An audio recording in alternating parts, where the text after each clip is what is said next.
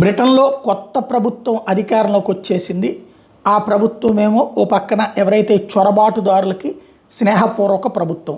అదే సందర్భంలో రిషి సునక్ కూటమి ప్రభుత్వం కూడా వాళ్ళకి చొరబాటుదారులకు సహకరించబట్టినే అంతమంది చొరబాటుదారులు వచ్చారు.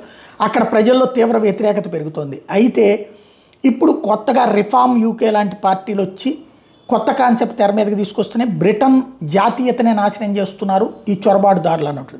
ఇందులో మరొక అడుగు ముందుకు పడింది. అందులో రిఫార్మ్ ఎంపీ లీ ఆండర్సన్ కీలకమైన ప్రపోజల్ చేసుకొచ్చారు.